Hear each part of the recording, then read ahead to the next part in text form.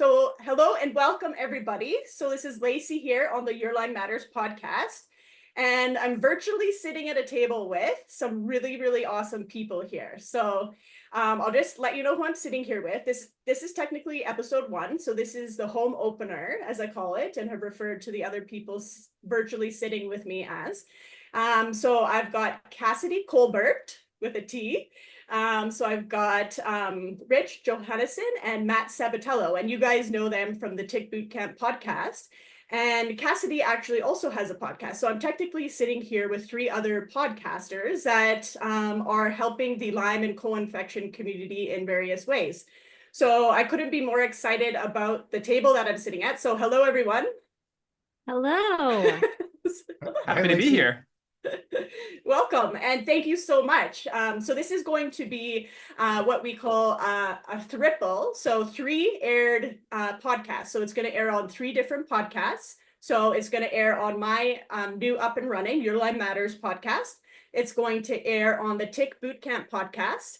And it's also going to air on the It Goes Without Saying podcast that Cassidy runs as well. So you can catch this on multiple different platforms, and we're all in it to get it out there to as many people as possible. So yeah, so Cassidy's going to kind of dabble a bit of answering questions. She's going to be hosting as well. So we're both equal hosts, but we'll jump in as needed. And then, so the microphones have turned in that we're actually technically going to be interviewing Matt and Rich on this one. So that's something I've been curious about for quite a long time. And I'll just kind of quickly jump into it about how I met Matt and Rich. So I was flailing around here in Canada in my Lyme and co-infection journey. And I did luck out. I found a Facebook group that was super helpful. And then I also came across this person's Instagram, and she was saying, hey, I've got a virtual support group. Do you want to join this? Just click this link. And so I hadn't put much thought into it. I was like, sure, I'm going to click this link. I'm going to join this kind of virtual support group. And then that's when in the screen, I think I met Matt first. And then Rich actually popped in on some of those sessions too. Feel free to jump in any point in time there for like, actually, So anyways, what I found happened, that support group was super helpful for me because it was so casual, actually. It's just like, hey, it's not official. It's just, you could talk about whatever you want, whatever order. And I found that I knew Matt had mentioned like, hey, I have a podcast, but if I'm being honest, I didn't listen to any podcasts at that point in time. I was like, oh, podcast. Okay, cool. Yeah, like I'll get around to that. And then Matt and Rich kind of came in there more. And what we found some days is sort of dropping like flies, the other group members, as we were chatting about these topics, like super in depth, like the query of sexual transmission in Lyme disease. So I literally can still picture the screen, and it was just dropping like flies. It's like gone, gone, gone. And then there'd be me and Matt, or me, Matt and Rich left there. Everyone else just literally signed out and left. They're like, okay, thank you. Like you've gone deep enough into this topic. So that's how I met Matt and Rich. And so even then, I still wasn't really into social media. Like I started an Instagram, I put a few posts and then I stopped. And then I went over to their platform on Tick Bootcamp, and I kind of went, oh, okay, yeah, they really do have a podcast, and this podcast is quite amazing in what it does. So any additions to how we met that I might be forgetting? I want to jump in here because I've got something to add. Okay, so anybody who knows us and has listened to this podcast or knows us personally knows that we have no filter. There's no limit to what we talk about. And I remember on those Zoom calls, that Lyme support group, that I wanted to geek out and learn from people what they were doing to heal, and also hear their experiences to learn from them. And I don't know if you know this, Lacey, but Rich and I learned a couple of months after those groups that some of the people on the call were getting uncomfortable about the discussion of sexual transmission of Lyme.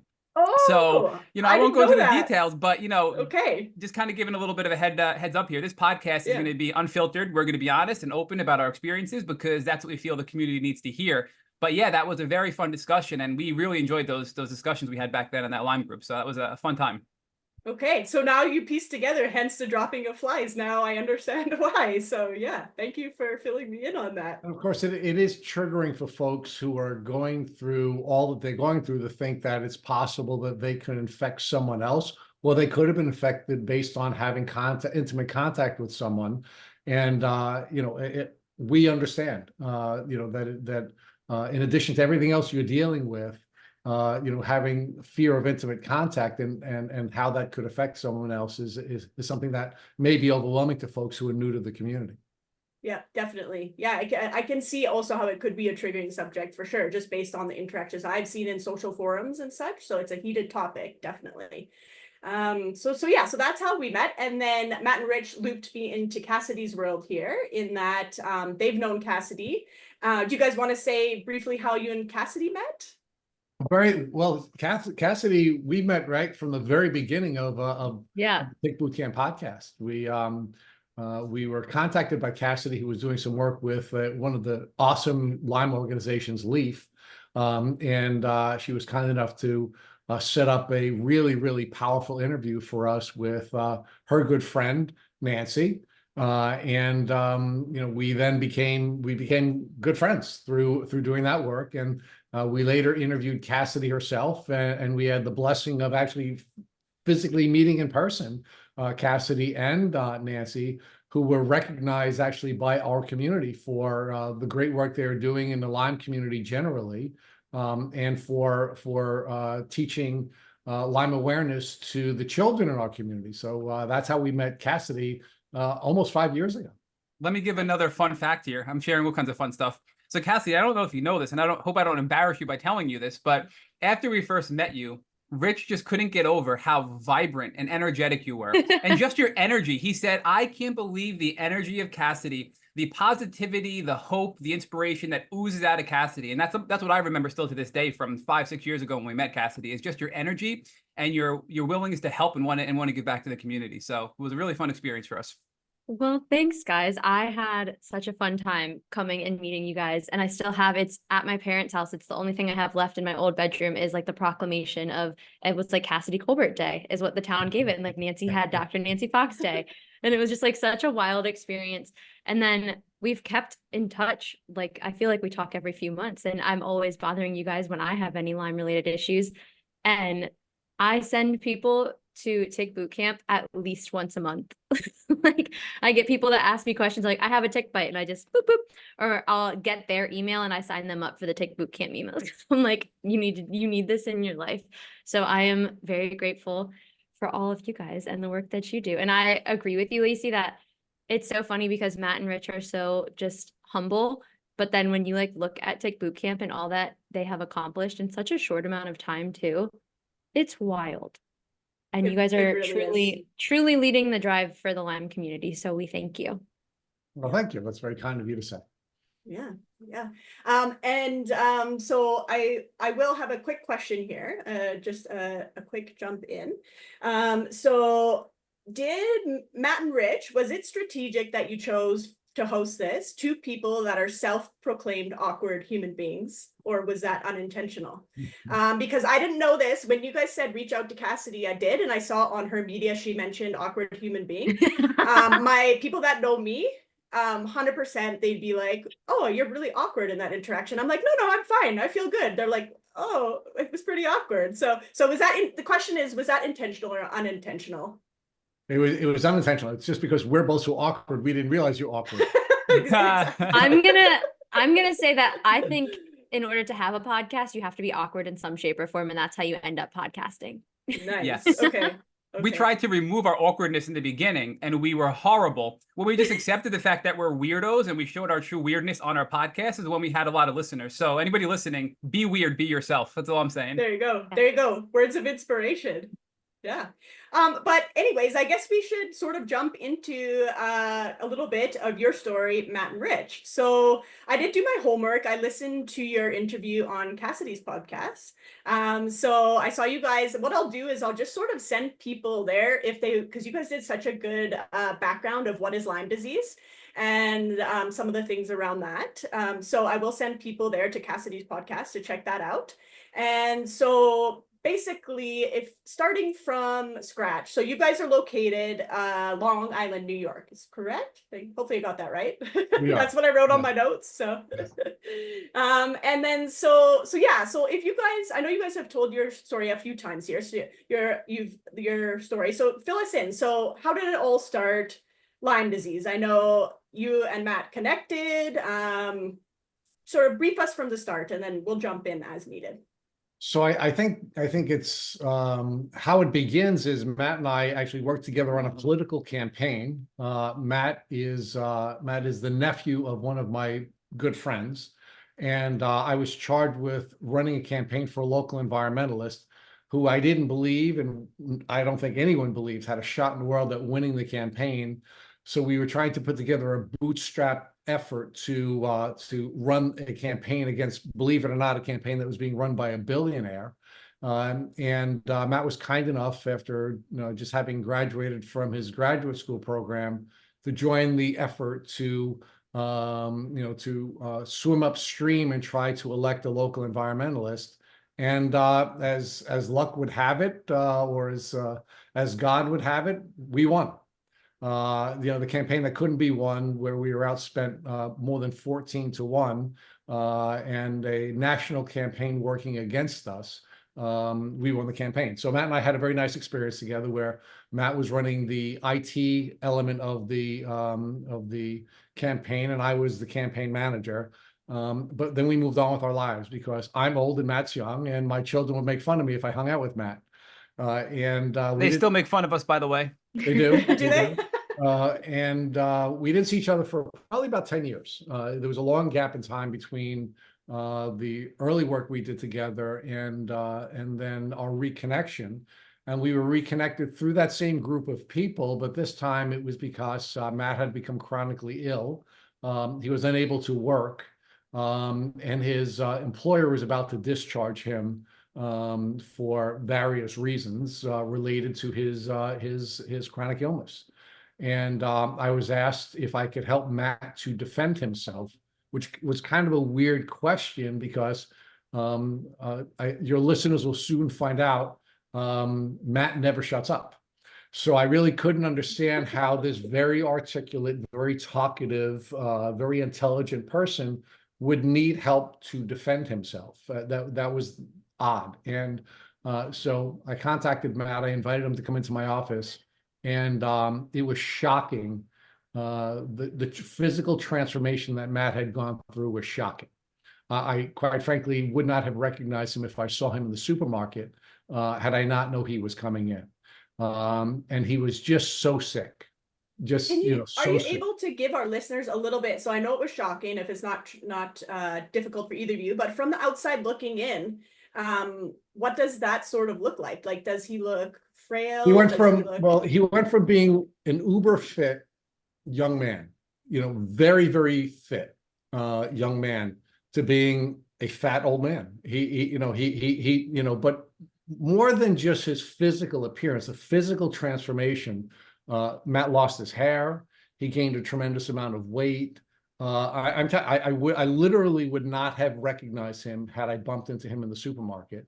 But I think the thing that was most upsetting about that meeting was that he was suffering from such brain fog and from such neurological impairment that he couldn't speak. If I didn't have background from the person who had called me to let me know that Matt was suffering from Lyme disease and that he had become chronically ill, I would not have enough information from him to understand what his needs were when he came into my law office seeking help. It was horrible. It was just horrible. And Matt began to explain to me things that he had to endure, like being unable to get out of his bed, being unable to get to the bathroom without assistance. He was so neurologically impaired he couldn't watch video or TV. He had suffered seizures and had been removed with an ambulance and hospitalized because of seizures. And these things were shocking to me, because although I grew up on Long Island and I've been aware of ticks and been bitten by ticks, quite frankly, my entire life, I had no idea that Lyme disease could present in such a horrific chronic form, and watching that materialize in front of me was just just terrible. It was so sad. It was hard for me not to cry. Yeah, and I'll kind of fill in the gaps there a little bit from the time before I met Rich, because it was shortly after our experience on the campaign that I became ill. And it was really the first symptom I had was I'd be running. I was a big jogger, and I'd faint, and I'd just wake up and I wouldn't remember anything. Went to all kinds of doctors, couldn't make heads or tails of it, and it was only exercise-induced fainting. Then it progressed where I just had other weird neurological symptoms, light sensitivity, sound sensitivity, but none of the typical Lyme symptoms. I didn't have the aches and pains. I didn't have the inflammation or the joint pain that you traditionally hear about Lyme disease. It was very much neurological. I mean, I remember being in the grocery store and just, it was a common occurrence where I'd walk around and my vision would go out and I would just stop and I'd wait and it would come back and I'd go on with my life. And I was driving like that for a couple of years before my Lyme diagnosis. I remember being paralyzed and not being able to walk for a good at least hour, and being with my mother and grandmother and just being like, you know what, I'm not going to call an ambulance because they can't help me. I've been at the hospital so many times, there's nothing they can do. I'll just wait it out, right? I mean, a lot of us have gone through these things, but looking back, you realize how serious it was. I had all kinds of issues with my ability to speak and process things, as Rich noted, with my cognitive abilities. I mean, Rich described the scenario very well, but my recollection is far different than Rich's. I think when I think about that scenario, oh, I was really on my game. I walked into Rich's office and I did a great job at explaining myself because I was such a sick person that I really thought I did a good job at explaining what was going on, but he had no idea what I said, right? So, neurologically and physically, I was a shell of the person I was before. I lost all my hair. I gained a ton of weight. I had acne. I mean, it was just all around. I was just a complete mess. Wow, yeah. And okay, so Rich, he's seeing you like this. And then what transpires from that point on? And to hear what you're saying, that those symptoms are so helpful for you to share, because there's such an array of symptoms, as we know. So I got sick with exercise, but I didn't faint. But there's got to be someone out there that got near fainting or fainted too. So that's super helpful. That's the first time I've heard that, actually. Yeah. And how about you, Cassidy? Did you? I was going to say that Matt is someone that I have gone to in the recent months, because I've had a relapse with my Lyme, because I also have the paralysis and I also have the seizures, and because the symptoms with Lyme, there is such a wide range of symptoms. Sometimes it can be like, I feel like, oh, I'm the only person that has this. And so when people share the full list kind of symptoms and actual experience and walk it through like you just did, Matt, that's so helpful, because I'm like, oh yeah, but that happens to me.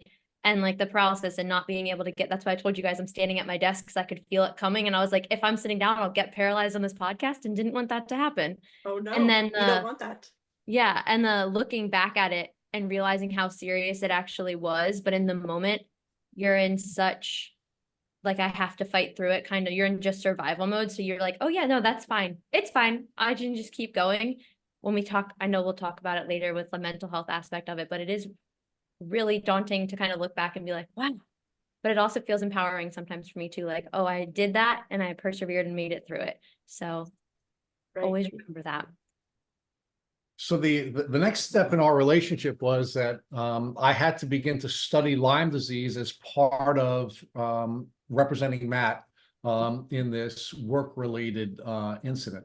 And although I grew up on Long Island and I was familiar with Lyme disease, as I shared with you, I had no idea that it could present as a chronic disease.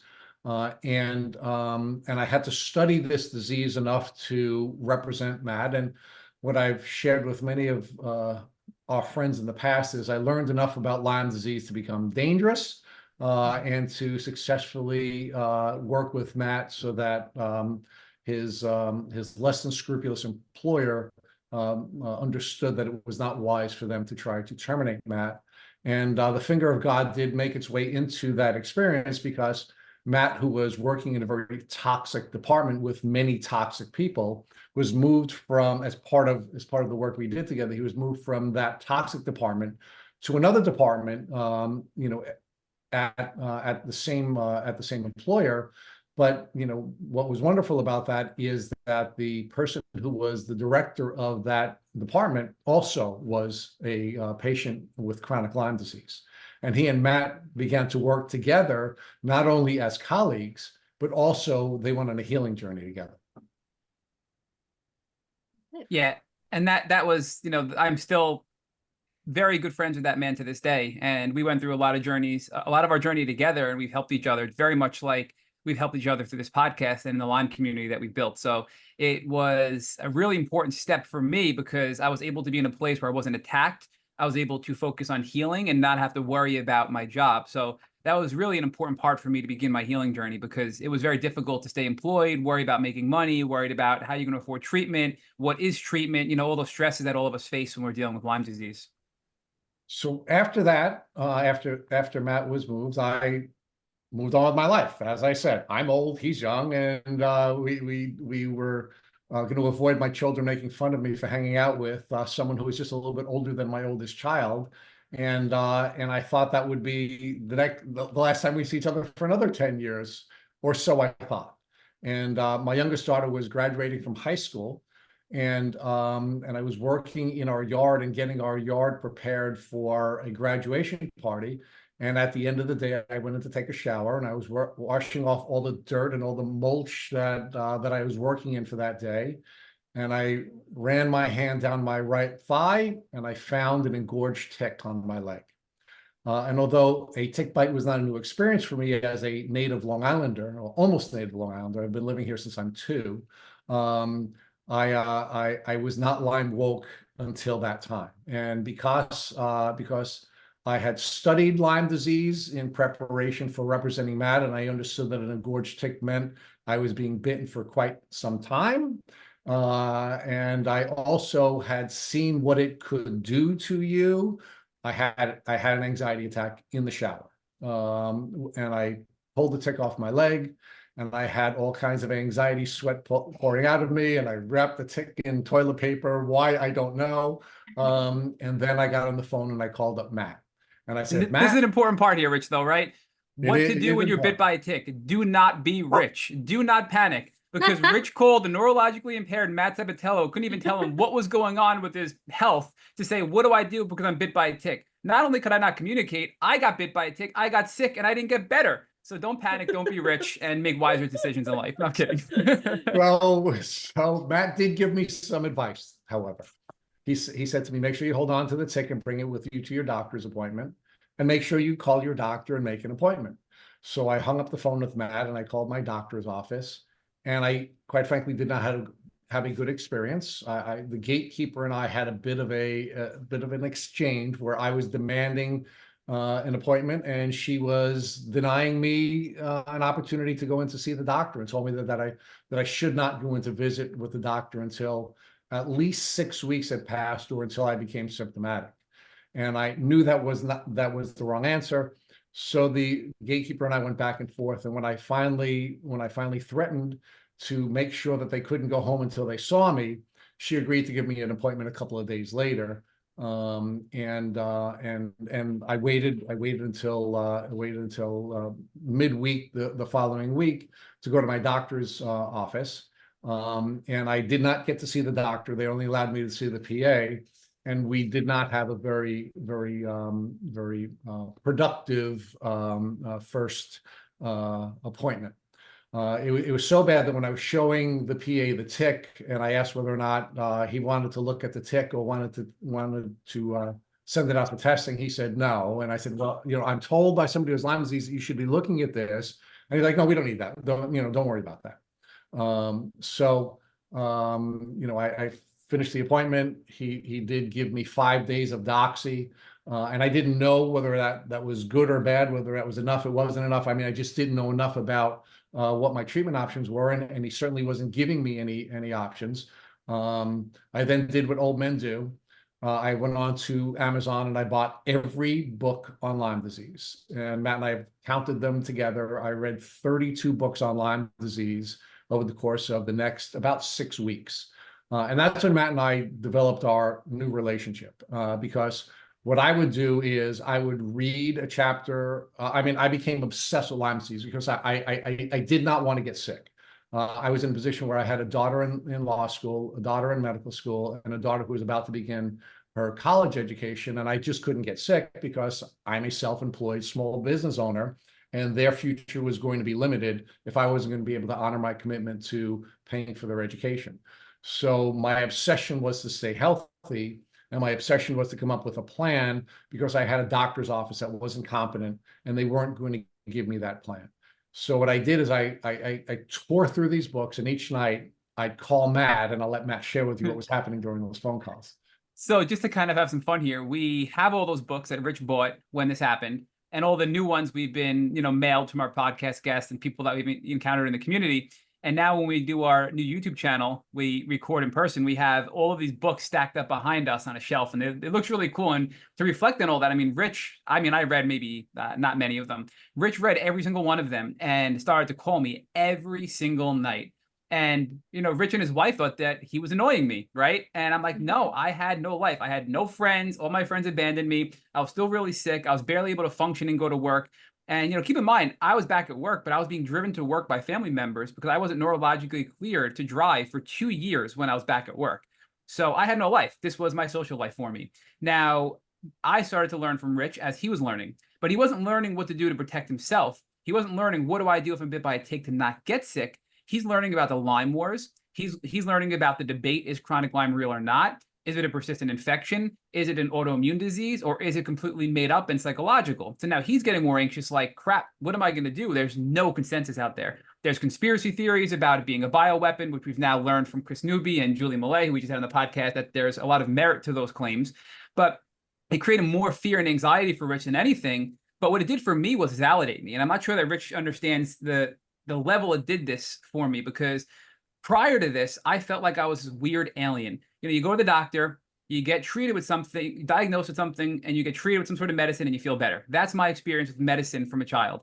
Then I get sick with Lyme disease. You go to the doctor, you're cold crazy for years. Then you get a diagnosis and you think, I'm going to get a treatment and I'm going to get better because that's what I'm used to. You get a diagnosis. For me, it was a treatment. It was 3 weeks or 4 weeks. It was 4 weeks. 4 weeks of IV ceftriaxone antibiotics, and I made some progress with my neurological symptoms, but I wasn't even close to the person I was before, especially cognitively. I wasn't back to who I was as far as my ability to process and read and things like that. So now I feel like I'm this weird alien. My doctors are telling me I'm technically cured of Lyme disease, and if it's something else, if I'm still not feeling well, it must be something else. So hearing all these stories from Rich, from what he's learning in these books, validated for me that I wasn't alone, and there was far more people like me in the world than I thought. So that's kind of the impact it had on me. Well, if anything, it made Rich more anxious, and it actually gave me some validation and gave me a little bit of peace, Rich. Well, I'm glad you received some emotional support from my anxiety-producing experience, because after reading all of those books, unfortunately, I still didn't have an action plan, and I was, quite frankly, becoming increasingly anxious about not having a treatment plan and not having a competent doctor. Because at the end of reading those books, I went back to the doctor's office. It was 6 weeks later, for a Lyme disease test. And I knew that it was possible that I had more than Lyme disease, and I also knew that it would have been wise to test the tick. So, as a more informed patient, I was pushing the PA for a wider array of testing, and of course tick testing, which I brought my tick back with me, and I was gaslit, quite frankly. He was not interested in doing anything other than taking some blood and sending me on my way. So what I then did is I pivoted over to Google Scholar, and I downloaded every single scholarly article I could get my hands on regarding Lyme disease. And I again thought I was annoying Matt with daily phone calls, but because I was as desperate as I was, I didn't care about annoying the young man. I cared about getting input from somebody who had been on the journey so that he can help me to come up with my action plan. We had sort of phase 2 of this relationship we developed, where the next 4 or 5 weeks I was reading scholarly materials and calling Matt with what I was, quite frankly, finding to be a really frustrating, conflicting research arena, and I simply just didn't have an action plan, which then triggered the next step in our relationship. Was Matt kept arguing to me that we should go on social media and we should start looking for people like quite frankly, the two of you. I had no social media at the time, and quite frankly, I still have no social media other than Tick Boot Camp. My job as a parent, quite frankly, a parent of 4 daughters, has always been to try to limit their exposure to social media, because I don't think, quite frankly, it's a healthy. I don't think it's a healthy tool. I was doing everything I could to stay off of social media. And I said to Matt, I don't really want to do that, but if truth be told, it was out of desperation. I said, all right, how can it hurt? The books are not giving me the information I need for an action plan, and the scholarly materials are not giving me the information for an action plan. How can it hurt to talk to folks on social media? And Matt was kind enough to start reaching out to other young folks and ask them if they would talk to me. And Rich, it wasn't even just, not to be ageist here, but it wasn't even a young folk. The first person we talked to was Michelle Dates, who is still a good friend of ours, who hopped on a conference call with us to share with us what she's done to protect herself from tick bites. And we learned so much information from that one phone call. And then we just started reaching out to others, and the willingness to hop on a Zoom call, or at the time we were using 1-800-conferencecall.com. People were just so willing to hop on and help us that didn't know us from a hole in the wall, whether it was California, like Michelle, anywhere, all over the country in the US, and people even outside of the United States that were willing to help us, like you, Lacey, right, in Canada, and, you name it, Europe, etc. These people were hopping on to tell us what we can do to help ourselves. But the saddest part was almost all of them were suffering from chronic Lyme. They had limited energy, and they were dedicating their precious energy to hop on a call and help us, which is something we really remember to this day, and thinking, wow, people that are healthy wouldn't give us the time of day for the most part, not stereotyping everybody, but the sick community is just so giving. So after we started speaking to these people, Rich and I started jotting down everything we learned. Then we put it into a Microsoft Word document. And then we started to talk every night and say, wow, this is something, like, this is really a helpful step-by-step guide of what to do if you're bit by a tick so you don't get sick, not just from Lyme, but from the co-infections, including things like, parasitic infections and viruses and all the things that can come along from a tick bite. And, we started building it and sharing it with people. So then on subsequent phone calls, we'd say, hey, this is what we have so far. What do you think? And people would poke holes at it and give us some more feedback. We eventually put up this really amateur website that listed it, and it started to get a ton of impressions because we put Google Analytics on it at the time. And that's when we realized, we're onto something here. This is something that Rich needed. He couldn't find in all the books that he bought. He couldn't find in any of the scholarly documents. He was pulling from all these universities and researchers and people all around the world. But now the people that have it are the people that have gone through the experience. And, we got to share with the world. What are we going to do? How are we going to share this? And how are we going to give back to this community who's been so giving to us? And that's when I finally said to Rich, I think we should start a podcast. And to circle back on your question, Lacey, which was, how did 2 weirdos from Long Island, New York start a podcast?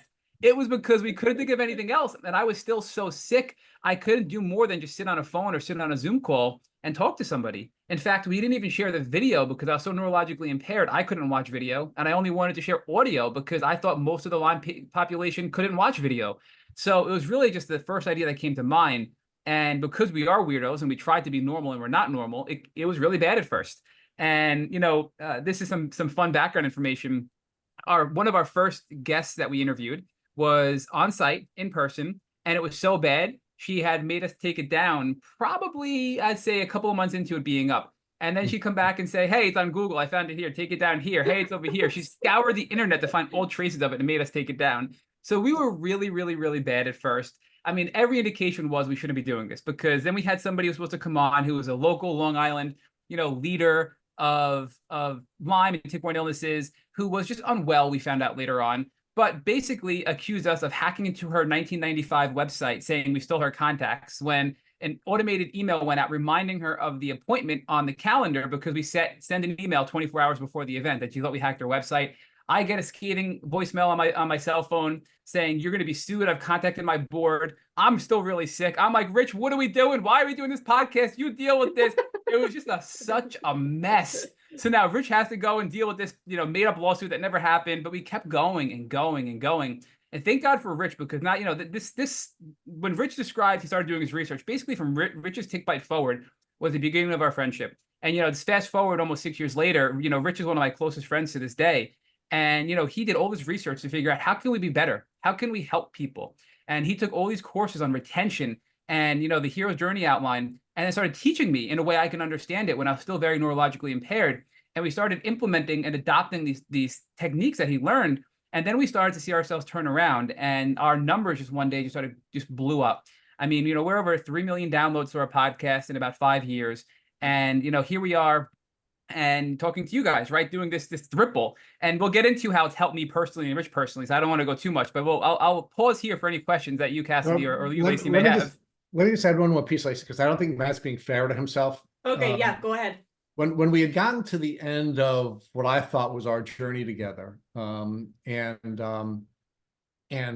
I was ready to move on with my life, Matt called me out and he said, "Hey, Rich, we had, at that time, we interviewed approximately 30 people from various parts of the world, as Matt had said, who were kind enough to answer my question, which was, what would you do if you had been bitten by a tick?" Well, actually, my question was, what would you do if a family member of yours that you loved was bitten by a tick? And that may sound familiar to the folks in our podcast, because that actually became the last question we asked everyone for about 400 episodes of our podcast. But at the time, this was pre-podcast. We had gotten all this information. I then had a step-by-step guide for the first time. I didn't have it anywhere else other than by interviewing these folks. And Matt said to me two things. The first thing he said to me, "Well, they helped you. What are you going to do to give back?" Right? And that was like a slap across the face moment, right? Exactly. That's a good line, Matt. That's a good line. So that was the first thing he said. The second thing he said was, "Rich, you said as a traditionally educated lawyer that the experts were either writing books or publishing articles, and you found that not to be true. Don't you think we have the duty to create a platform where the real experts can share their information? Don't you think a podcast would be the way to do that?"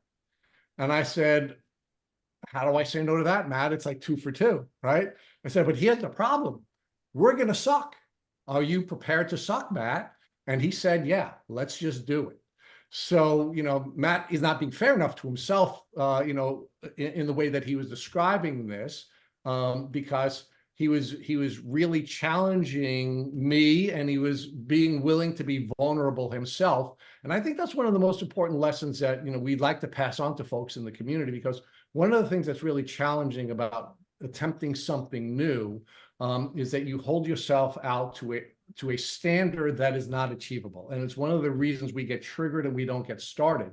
And Matt, despite being very sick, and having a really challenging experience, when I said to him, "Are you willing to suck, Matt?" Because that was my way of walking him back. He said, "Yes, Rich, I'm willing to suck." And we did suck. I mean, Matt shared with you some of the experiences that we had, but quite frankly, I think one of the things we have to be willing to understand as we're going on this journey is that we have to be willing to grow. And the only way that we're going to be able to grow physically, emotionally, and spiritually is by being willing to suck, and then suck a little bit less, and suck a little bit less. And finally, we can get to a point where we can begin to learn enough about our bodies and about our brains and about our spirit, so that we can partner with medical professionals and mental health professionals so that we can heal. I love that, because that's super relevant to the community. But me right now, the amount of pep talks I had to do leading up to today, because today is like, the big, this is episode number 1. So I had to write down notes to remind myself, and little tiny things, like I scrolled through a post and saw some people in the community had liked it. And so to put myself in a position also that I'm doing this for other people too, right? And I'm sure Cassidy can probably relate that. You guys can probably relate to that. And in addition to being able to suck, you have, yeah, for sure. I guarantee if you have pretty severe Lyme and co-infections, you're going to not be successful at something in there at some point in time as you thought you would be. So it it teases all those areas of your life. If you're used to succeeding at everything right away, you know, Lyme disease can affect that. So yeah, so I'd say ability to just suck is super important. And that's something in my pep talk that I did. And there's little notes somewhere around here that say things along those lines. Because even though I know that logically, like I'm a very logical kind of think things very slowly through, logically, my body still was like, whoosh, leading up to it. So yeah, I popped on a meditation before I came here just to get the nervous system a little bit calmer. You know, I pet the dog. I'm like, okay, dog, you know, this is making me calm. So, and here we all are. And I also am ready to suck too. So let's suck. I think something also is that I have so many thoughts off of what you guys just said, but this one is first in mind, and then I'll go backwards. But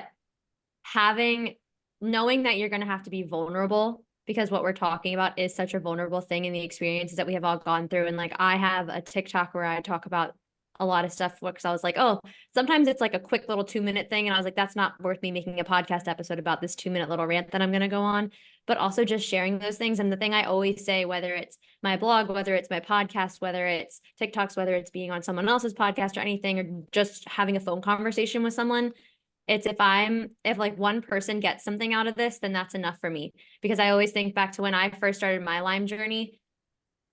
If someone would have been there that I could have asked these questions to, or that could have been honest with me and told me their story and the real truth of what the Lyme journey is, which kind of what you were talking about, Rich, is like, I remember I was 14 when I first joined the Lyme community, and there was no consensus on anything.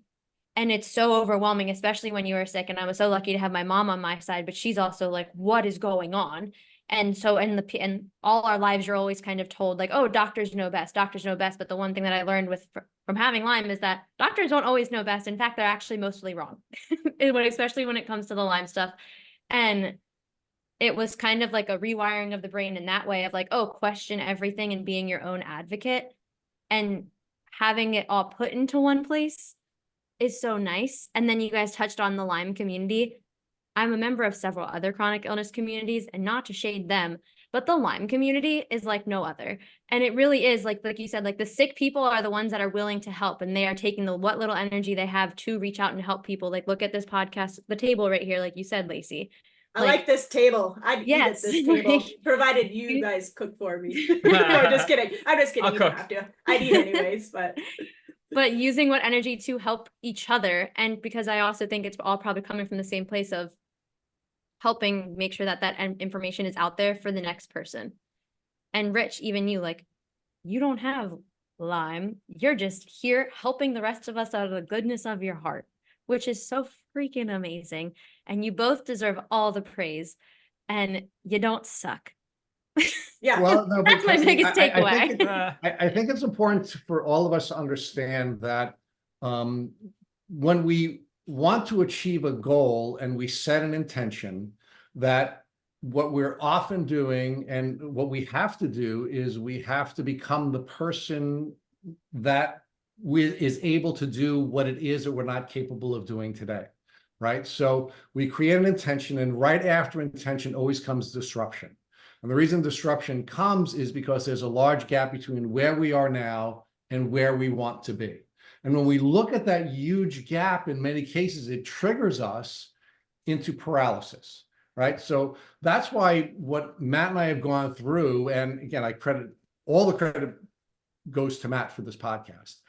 It was his vision, and it was his his moonstruck moment where he slapped me and said, how can you be a good person if you're not willing to do this? But what we all have to understand is that there is going to be a large gap between where we want to be with our health and where we are. And the only way we're going to be able to close that gap is to set that goal for ourselves, and then understand that we're going to have to go through this disruptive process in the beginning of sucking, and being willing to suck, and being willing to just keep working day after day after day, so that we can get to that place and not allow that big gap between where we want to be and where we are. And quite frankly, if you had asked us 5 years ago, after, you know, the experiences that we had in the beginning, where people were literally demanding that we take down their podcasts, we had people literally threatening lawsuits against us. And rightfully so, because we just suck so bad that it was embarrassing that people's stories would be put up that way, to where we are now, where we have 3 million downloads, right? So there are many other people who could be helping this community by starting podcasts, but they're comparing themselves to us, right? And that's why I really admire you, Lacey, because you're not comparing yourself to us. You're saying, okay, this is episode number 1. I know I'm going to suck. And I'm not comparing myself to what Rich and Matt have accomplished after 5 years. What I'm going to do is I'm just going to do it, right? And what's going to happen is you're going to be able to get to that place that you want to be. But it's a model, in my view, and based on now almost 450 interviews that we've done with people who have successfully overcome challenges with their disease, is the people who are successful are the people who did what we did. They are setting a goal for themselves. They see themselves as a healthy person. They understand that they're not there now, and they understand that if they look forward to trying to today be the person they will need to be healthy, then they're going to get triggered. They're going to be in fight or flight, and they're not going to be able to take any action at all. They're going to be paralyzed. You have to be willing to suck. But that doesn't mean you don't set very high standards for yourself, and you don't set goals that will cause you to be the person having the health you want to have.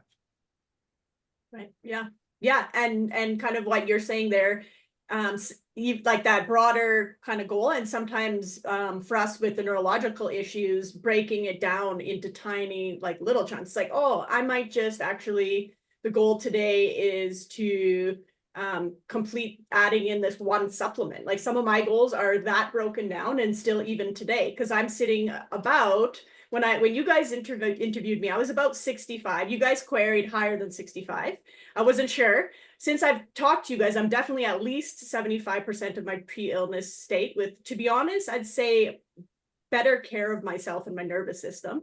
And I'm creeping between 75 and 80% here, but I just have had some setbacks. So I don't quite, I'm gonna say 78-ish% healed. And so this has all come in times of illness. Like there's some days I worked on the podcast, and then there's been 2 or 3 weeks I couldn't work on it at all in a row, type of thing. So it can be done. But again, I set that in my mind. I said that, you know, and you guys actually, hey, let's intercept here. So you guys did that, created immense inspiration in me without necessarily even knowing it. You guys were just talking to me, but I was taking it. I'm like, oh, you know, kind of like, this is possible. Like I could maybe do something. And you guys were simply just sharing information. So I'm not sure. And this is where me and Cassidy, we might have talked about this in advance, but where did you guys know that on your platform, just by speaking to people in a language, like not an actual, but Lyme and co-infection language, and understanding all of that in itself, the interview itself is actually healing for the person you're interviewing? Did you guys know that? We didn't know that in the beginning, but we have since learned Yes. that from our guests. I mean, this has been an incredibly enriching experience for both of us. And as kind as it was for Cassidy to thank me for doing this work, which my initial commitment to Matt was 2 years and I'm done. And now we're 5 years in, and I can't imagine not doing this forever. Is because I have gotten a great deal out of this myself. It has been unbelievably enriching for me. And I can't tell you that I've had a greater blessing than at the end of a podcast, somebody telling me that it was a healing experience for them to have a conversation with us. You cannot receive a greater blessing than that type of compliment. No, and it's been healing not only for our guests, but for us as well. And we'll get into how it's benefited both Rich and I personally with our health. I mean, we just had a gentleman today from Poland who we had on the podcast a few weeks ago reach out and say exactly what you just described, Lacey, right? This really heartfelt email saying, you know, you guys have helped me heal. I've been listening to you since before the interview, and now I have the courage and the drive to go back and get my PhD. And I mean, this really, really heartfelt email. So, you know, we're seeing it from all sides. on our end, we're benefiting. The guest is benefiting, but also the listeners. We get Instagram DMs, we get emails, we get YouTube comments, all kinds of stuff on a regular basis, giving us that feedback, and that's how we know where we're helping, right? And we're using that information to model and always try to be better and do better on the podcast to help more people. So it is a really rewarding thing to do from all different angles of the interview. Nice. Yeah, I was curious. That was something that we were curious is if you knew that, in advance, or if that's just something that like, oh, hey, accidentally, we are literally a healing platform in every single interview we do. And so I thought that was so cool because I didn't know that coming to do the interview when you guys asked me either. I was like, oh, yay, we're going to talk about, some things. And I didn't know that after I would feel just like kind of a weight off my shoulders and be like, whoa, this is kind of the next step and like stages in my healing. This coming to talk on the podcast here. So that was one thing in particular. I'm not sure if Cassidy has anything. I've got another question around that if Cassidy doesn't. So I was just gonna say, I think along those lines of it being a healing moment for everyone, it's so important. Also, I just feel like I keep going back to the same thing of just sharing those stories is I think also the education aspect of it all. For not only like every time I'm on a call with Rich and Matt, I learn something. I learned many things. But for you guys, I know you've shared with me like the things that you have learned, but for the listeners and people that aren't actually like fully immersed in the Lyme community, what they're learning as well. But I've gone onto your guys' podcast and searched certain topics, and then I'll listen to those episodes and I'm like, whoop, that's exactly what I needed to learn today. Like it's such a tool and a platform that you guys have created. But that is kind of a question that I have is, what would you say if you can pick just one is your biggest takeaway that if you were to end it all today, this is the one thing that you'd be like, I'm taking this with me and bringing it forward? This is a fun one. And I'm almost, Rich and I fought over this for so long, right? And it ties into this, a simple comment, but I'll give just a little context. Rich, about 5 years ago, triggered me greatly. He said to me, Matt, healing, and I remember the percentage, Rich, healing is 85% mental and 15% physical. What were the percentages? Those weren't them. 80-20. 80-20. Healing is 80% emotional and 20% physical. And I'm like, bullshit. Sorry for the language. You're wrong. Not true. And we fought over this for years. And then I had the epiphany that he's right. In fact, I think it's even more than that, because I look at myself, and if I didn't believe from starting Take Boot Camp and interviewing people and speaking to people, if I didn't believe that I could get better, because I didn't, after my doctor said, we don't know, we can't help you, I accepted that I would be a disabled person for the rest of my life. And if I didn't have a change in my mindset and a change in my belief, I never would have gotten better. In fact, I would have gotten way worse. But it's very triggering to hear this as a Lyme patient because we feel abandoned. We feel that it's all in our head and that we're crazy and that's all, psychological. That's not what I'm saying. What I'm saying is if you don't believe you can get better, you won't get better. And that sounds very dramatic, but the most important thing to remember is if you don't think you can even make gradual improvements, you won't do anything to try. And if you don't do anything to try to get better, whether it's herbs, movement, diet, nervous system work, YouTube videos, laughter, simple things, whatever these little things are, improve sleep, drinking more water, less sugar, right? All these things have a small impact on our ability to feel better. And if we don't believe that, we're not going to get better. So once I realized that that's true, I can feel better, and I overcame that false belief, my healing started to, it was wild how exponentially I was able to heal from this disease. And, I credit Rich for that because he said it, he triggered me, and we fought and we fought and we fought. And then it clicked and I realized you just got to keep trying. And if you keep trying, you're going to feel a little bit better and a little bit better. And it's not always linear. We know that. Sometimes you're going to fall back and sometimes you're going to come forward and you're going to go 20 steps back. But overall, when you look back, you are better than you were in the past and you have to believe it. Now, Matt, when you say sorry, Cassidy, apologize. You could go first. I was just going to say a little side note there. Rich has also made the same comment to me and it also triggered me, but he's also right. Yes. He is also right, because that's also how I go about everything. I'm like, if you don't 100% believe that the treatment that you are going to do, like I will never look at someone and say that treatment is stupid. Why are you doing that? Because if you believe 100% that that treatment is going to work, I believe it can work. And you just have to keep having that. I think it's so interesting you brought up earlier. People always tell me that I'm a very positive person. And like in here, it's not normally like that. But then when I say things like this, I'm like, no, it is, because I just believe that it's going to work. Like the treatment that I'm doing right now, I'm back on a PICC line doing my IV antibiotics. And guess what? it's working because I believed it would, but also it's like biologically, I think, I don't know if that's right. Rich, don't yell at me. I'm not good with the scientific terms, but it's working. Don't So- worry, there's not much yelling on this podcast, I don't think. Not yet, anyways. We'll see though. But actually, Cassidy, I've got to let you go first because actually that's exactly what I wanted to still talk about is for the people listening, the triggered. Because I know myself, I've been triggered. It's like, go back to work. You know, can't you go back to work? Can't you come do this trip? You know, and I get triggered. And for me, the reason why is because I'm doing my best. And that's what triggers me. I'm doing my absolute swear word best. And so you're looking at me saying my best is not good enough. This is my triggered voice talking.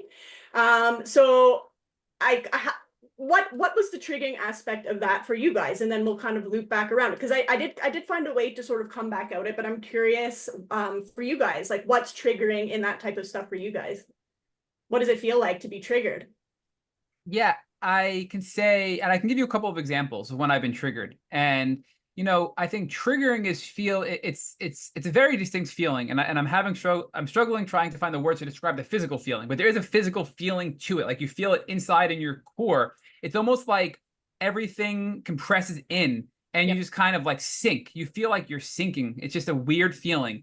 And now that I'm able to identify it, I always try to spin it and say, well, why am I feeling this way? But you know, comments that would triggered me. You know, we just talked about, you know, hey, it's 80% mental and 20% physical. Because if somebody says something that implies it's all in my head, that was very triggering, right? And now I can have an intelligent discussion with somebody and say, hey, look, it's a psychological component. It's a real component, but it's just a component, right? But it's an important component. But we're here because of a variety of reasons. So, you know, I remember because I was a very, very avid runner, as Rich said. So I mean, I went from running 10 miles a day to having a grand mal seizure at work, being taken away to the hospital in an ambulance, and then trying to go for a walk with my brother, 3 houses. And I was so sick, I had to come back and he had to help me back to the house. 3 houses after running 10 miles a day. And I remember a comment from my uncle out of love, right? This was not meant in a way to be triggering, but he said to me, hey, Matt, what if you just push yourself? Just go run a couple of miles again. You can do it. You just did it a couple of weeks ago. And I can tell you the feeling I had, that sinking feeling, that immediate nervous system trigger that I had was so strong, but it was said with love, right? He was just trying to help. He really believed that I just had to push myself. And I think we do have to push ourselves within reason. But at that point, you know, I knew I couldn't go run a couple of miles. I mean, that was what I think helped me. That's kind of led me to where I was. I was pushing and trying to overdo. So it's a bizarre feeling, and I'm curious, Cassidy, how you're going to describe it, the physical piece, because I think you actually physically feel it when you're triggered, you know? Yeah, I feel like I can feel it now just from talking about it because it's just like, you know, the body does keep the score, but like it's everything just tenses, and it's just like this is such a niche comment, but in Twilight Breaking Dawn Part 1, Bella has the venom running through her. I use this to describe it all the time to people. And outside, her body looks calm. She looks like she's asleep, but inside she is screaming, but you can't actually hear it. And that's how I feel when I'm triggered. It's just like, I can't actually express it outwardly because people would be like, whoa, but that's how it feels. Just like the internal, just like screaming, just like, believe me, please kind of aspect.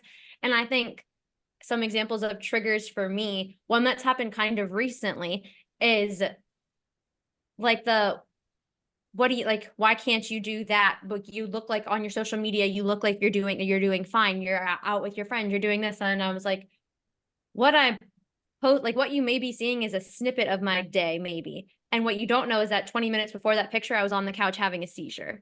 Or what you don't know is that most of my day is actually just spent on my couch. And if I am having social time, it's with people coming over to my house and sitting on my couch with me because I'm not going to get up because I can't get up.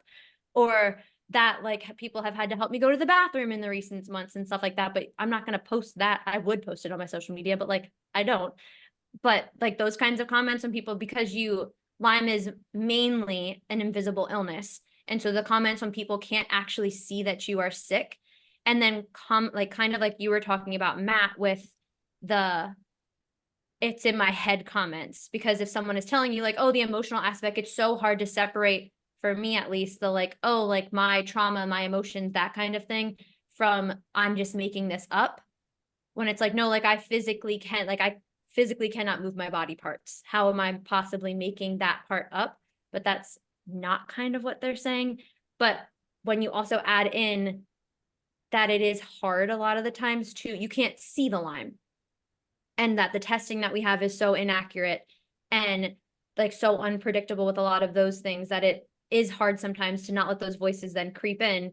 And then I'm like second guessing myself. So it's just an internal battle when you have all of these triggers coming at you, that you then kind of have to, you put the shields up. And I think I have been in therapy for years, and I've learned a lot of tools that the stuff bounces off a lot now, but the triggering comments, they seep in there. But I feel like in the end, you learn from them and you grow from them, and it has made me mentally, physically stronger. That's my long answer. So Lacey, I'd like to answer the question that you had Please asked do. me and Matt, which is, what is the most important takeaway that I would recommend based on my 5 years of experience with folks in the Lyme community? And that is that the educational system has not taught you how your body works.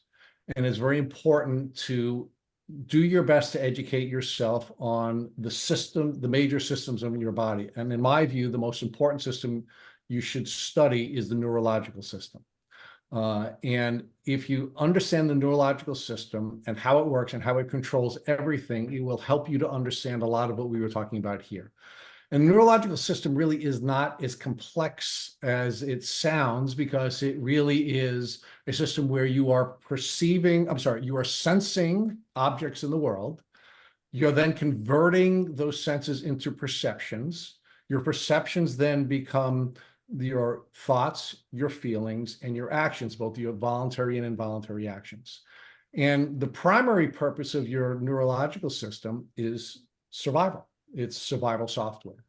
And I think if folks in the Lyme community understood how the nervous system controls everything, and how we have only one or two presentations of our nervous system, the sympathetic and the parasympathetic, or fight or flight, or rest and digest, and you will only have one presentation at a time, and you understand that it is survival software, you will now begin to understand how your body is going to work. So for example, what Matt and Cassidy were just describing for you is being triggered. And what does triggered mean? That there was some threat that caused this survival software to be triggered, and they were now brought into fight or flight. For example, we have evolved to survive based on being parts of groups. When we were subordinate beings 200,000 years ago, before we became the dominant species on Earth, if we could not be a part of a group, we would be isolated and ultimately killed. So what was happening to Matt and Lacey when Matt's uncle, for example, was saying, I'm sorry, Matt and Cassidy, when Matt's uncle was saying, well, why don't you just try harder? He was being isolated from the group. He was being told he wasn't trying hard enough. He wasn't being part of the group. And the same thing with what Cassidy was just describing. That will trigger you into fight or flight, or the sympathetic expression of your nervous system. And of course, what that does is it paralyzes your immune system. It paralyzes your digestive system. It puts you in a position where you can only do 5 things: fight, flight, freeze, faint, fawn. That's all you can do, right? So what's happening is people are unintentionally triggering your software and making it so that you're sicker, because your immune system is now paralyzed, and these bugs are now taking off and causing you to be sicker, right? And we have all of these experiences that are happening in our lives, between doctors gaslighting us and telling us there's nothing wrong with us, between family members saying, well, if the doctor says there's nothing wrong with you, there's nothing wrong with you. Why aren't you trying harder, Matt? Between friends saying, well, you're not a good friend any longer. And now you just go through isolation after isolation after isolation. And that then starts to trigger all kinds of challenges, including grief, that make it so that you're getting sicker and sicker and sicker. So what I was saying to Matt and Cassidy, and I'm sorry I triggered you both, but you unfortunately you both needed to understand that your neurological education has failed you. The educational system has failed you, and what we have to do to begin the healing process is understand the importance of how the nervous system works and what impact that's going to have on our healing, right? And Cassidy was really, I think, brilliant in the way she articulated belief, right? And how important belief is. And you know, one of the things that we don't think enough about is the placebo effect. And what is a placebo effect? Well, a placebo effect is you getting better regardless of whether or not the particular protocol you were using is having that effect, right? Because what's happening, as you believe, is you're making both epigenetic changes, meaning your gene expressions are beginning to change, and you're making neurological or neural pathway changes, which are causing you to heal, right? But if you're triggered, if you're in fight or flight, if you don't have any belief, then unfortunately, those changes that have to take place in your brain and your body are not taking place. And not only are you not getting better, you're actually getting sicker. Yeah, to add to what you said, so people can get a real example of it, I started getting flare-ups of symptoms, Lyme and co-infection, all the other symptoms, simply from being very excited and happy about it. All my intense emotions followed the same pathway and would flare me up. If I was feeling crappy, like sad, something said, flare up, angry, flare up. So it was like almost every single emotion intense would flare my physical symptoms at the same time. My digestion, even before I got sick, because I worked in really high stress environments for a really long time, it exactly that. It diverts the blood flow away from the essential organs. It says, no, we need the blood flow elsewhere. We need to go fight a tiger or whoever you want to fight. I don't know. That's up to you. But yeah, so that's a real life example. For me, literally, I'd be like really happy one day. I'm like, wait, I'm flared up now. Don't be happy. Don't be happy. But one thing I will share quickly is that a really quick, easy little strategy that I started using is, because I'm a logical, like you guys know, I like to research stuff, is just that it takes the same amount or more energy to stay sick, right? So if you look at it, you don't look at it, because sometimes when people say stuff to us, it has truth, right? So you don't want to rid the truth, because that might be helpful. So something that's really easy is just to look at it that I'm expending the same amount of energy to stay sick or get worse. It's gonna be just as bad to to do that type of thing. So to look at it more of switching the amount of energy you already expend slightly differently to get a different result. So it might something like in your daytime routine, for example, like being open, and it goes all into brain and cognitive flexibility, which is super hard for people who have never done therapy, right? Like they're sitting there like, oh, I don't have a lot of flexibility in my thinking even. So that can be done with the help of a therapist. But when somebody says something like that, obviously it's not a strategy. Sometimes people are meaning it with ill intent, but in your case, it wasn't. It was sincere. It's to help. So to make sure we still get the truth out of there, look at it, not that we're not doing enough already, because we are. I guarantee you, ask any person, they're doing their absolute best that they can that day.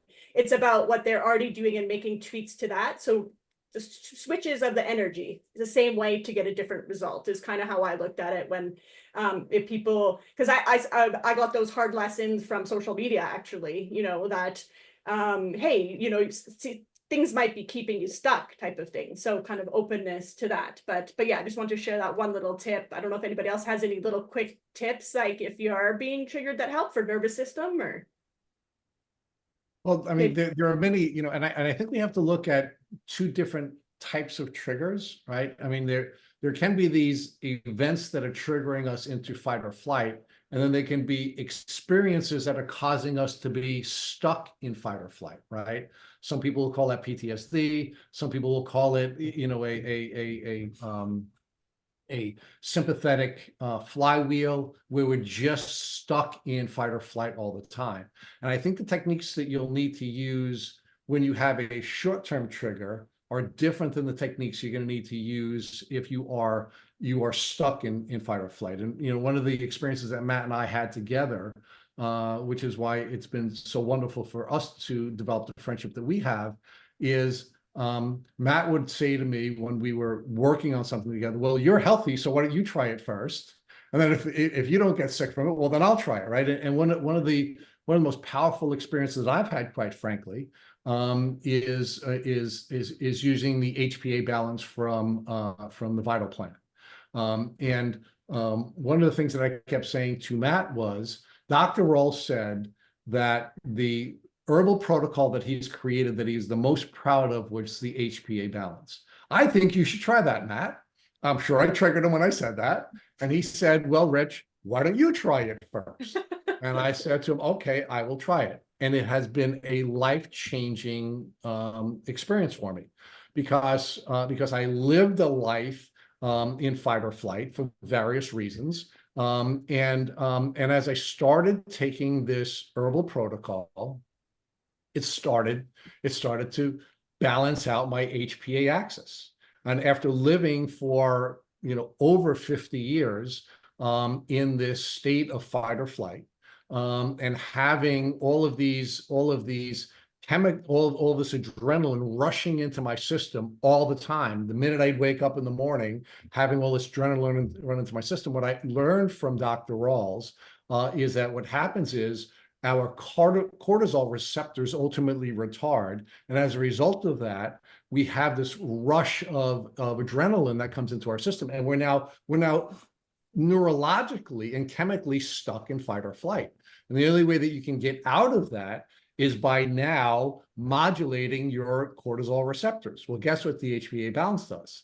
It modulates your cortisol receptors, which then helps you to have a more moderated chemical experience and allows you to get out of this chronic fight or flight. So if you have a short-term trigger, the way Matt was explaining with his uncle, who's a very kind man, by the way, a really, really kind man, triggering Matt, there are techniques like box breathing and tapping that will be effective in getting you out of that short-term trigger. But if you're in this loop of fight or flight, then in most cases, because it starts to have a physiological foundation, there are some other things that you're going to need to do if you're going to get out of it. Now, again, you're all younger people, so you would not have had the length of time in this HPA loop. Actually, I did. Okay. So I actually, because I want to say I was less aware. So that's actually Lyme and co-infections has changed that for me. I had exactly what you're experiencing, but because my cells were still in the threat danger response, I couldn't incorporate any of those supplements. So this is a feat adding in just vitamin Bs, for example. That's sometimes can help they get depleted with stress too. So I've now on year 7 been able to finally add back in all of the Bs except for 6 having previous anaphylactic reactions to them with IVs. So I was kind of what you're saying there, Rich. In my industry and such, I operated in that heavy stress. You wake up in the morning, you feel it. You're like, okay, I got to get up. Doesn't feel right, but I got to get up and do this. And then so the later end of your story there continues to my screen. My screen, I'm on the right side of you, is you tank, you go flat, nothing at all, because you have too much cortisol, and then the systems tank. And that's the later end of that. So I don't know if you tanked or not yet, but I hit the tank, and then I was like a walking dead zombie after that. So we had to do all the physiological repair, and it's awesome for people to hear that because you can help it, like you said, with the HPA, hypothalamic pituitary axis. For those listening, it's a little acronym Adrenal. that we use. Yeah. Oh, adrenal. Did I get it wrong? Adrenal. Yeah. Adrenal. Okay. So I was the later end of that. I didn't think that would happen in my lifetime. So maybe younger and older people have more in common than you think. I second that, because I'm in the mindset of, I think we live in a society where everyone is constantly in flight or flight because we have so much access now, more access now than past generations to triggers. No matter, like, you wake up, the first thing you look at your phone and you see something and it's going to trigger you. Like, we just have that access right here all the time. And so one thing that I have, because I've been in the loop my entire life, and it took me, and I'm really bad with the years now, but years ago, my brother sat me down and had the whole parasympathetic, sympathetic nervous system conversation with me. And that really changed things for me, and have been working since then to get myself back down. But then, like you said, there'll be mini triggers that will get you up. But if there's so many mini triggers, that adds up to be the bigger kind of situation. And I think that's what happened to me in the fall. I had just a lot of, because being chronically sick itself comes with its own triggers, but then the external triggers in the world and society add on to that. And I think that is what then triggered my relapse of the physical symptoms, but I've been working on it. But along those, with the one thing I have found, I think Lacey, you had asked for tools, is there's just little things. I changed my phone alarm in the morning to like a softer sound. So I'm not, because I would wake up every morning because my alarm was just like the ding ding, like that was so loud. And I turned the volume down slightly so that I'm not being jolted awake so scarily now. And that has helped me in a little aspect. And I try not to like go look at Twitter first thing in the morning. I just like put on my music. I do a daily, like a meditation every single morning before I get out of bed. That's just like a, what would your perfect day be like kind of one. That's just like, okay, setting myself up, thinking of something very happy. There's like getting sunshine and just like the little tiny things, putting your phone on do not disturb, because even the little vibrations can be like a little jolt to your system. That's just, you don't need it in this, like it's something to just keep it more calm.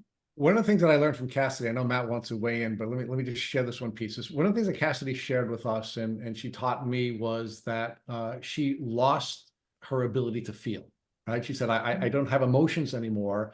And she shared with me that she had located an emotion wheel that she referred me to. And that was a really powerful, again, enriching experience for me to understand how what happens is when you're constantly in fight or flight, you lose the ability to feel anything, right? It's just constant, rush of all of these stress chemicals into your body that you even forget how to feel.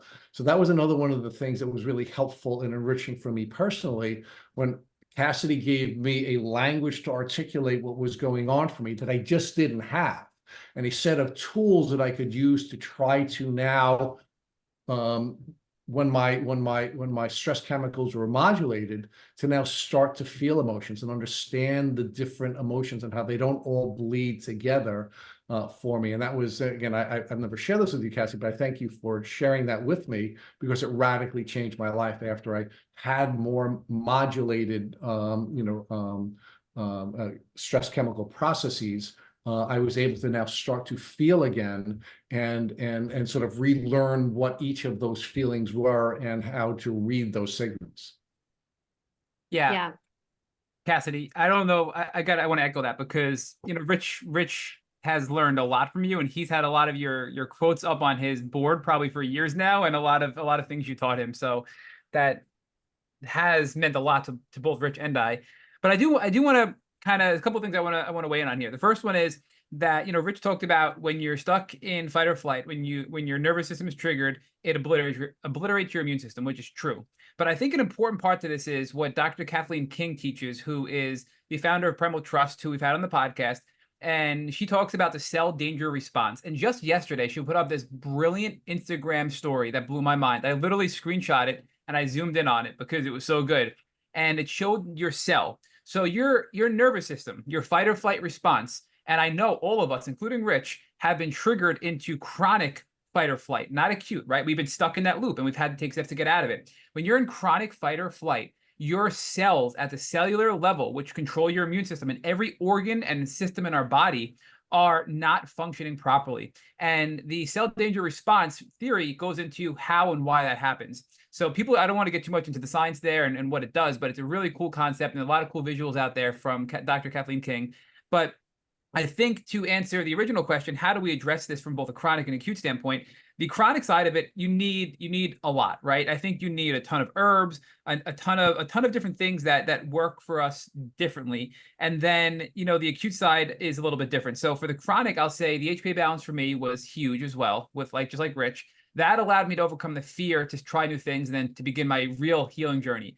But Rich, you failed to mention the CBD oil, because the first time I actually bullied Rich into taking CBD. So now I can say I probably triggered him, because I'm like, Rich, take it. And he's like, no. And he had to go out somewhere. I made him take it before he left his office. And he told me his skin was crawling after he took CBD oil. So I don't know what that means, but his skin was crawling. But it was such a powerful tool that Rich was getting better sleep. He was responding, less aggressively to people in the legal environment. And it helped me as well. So I think CBD oil and herbs, specifically the HPA balance, were our first toe in the water, dipping our toe in the water to nervous system regulation. Now that I know what it's like to be in rest or digest, which I frankly didn't know when I was sick, some common things that I think all of us should try to do are find tools that we can identify that sort of calm us down and help us have a different viewpoint. And you can almost feel it now in your body, right? So one of them is, I love just going out in the sun. So this morning I had some errands to run. I went to work a little late, and I sat in my car for 15 minutes before work because the sun was just shining in through the window on me. And for whatever reason, that sun just makes me so relaxed, right? I don't know what it does. I know there's science behind it, but I just sat there with the sun beaming on my face for a good 15 minutes. I was so calm and so relaxed. My nervous system was amazing at that point, right? So that's one simple tool that we can all take in at the right time. Another one is if I get really triggered or I'm just in a bad headspace and I just go for a slow walk. I come back and I just feel relaxed and calm and I feel better, right? We talked about the CBD, we talked about the herbs. I jotted down a list while you were talking of things that have helped me. The breathing techniques Rich touched on, and there's a ton of them. We had a whole bunch of doctors, including Dr. Plant from the Amen Clinics, do a Lyme hack just a couple of weeks ago on our platform. From box breathing to I call it the straw breathing technique to whatever, that are really, really powerful. And I do them often. I mean, I can do those sitting in my chair in the middle of a meeting at work. I can do them, and they are really effective at kind of calming down your nervous system. So the other one is intentional thoughts. When I find myself having these negative thought patterns, I will have to intentionally think about what I'm thinking and flip them and have, the glass half full approach and just say, well, here's a positive, here's a positive. And after enough doing that, and when you're triggered, it's really hard to do that because you're like, oh, screw this isn't going to work. Why am I doing this?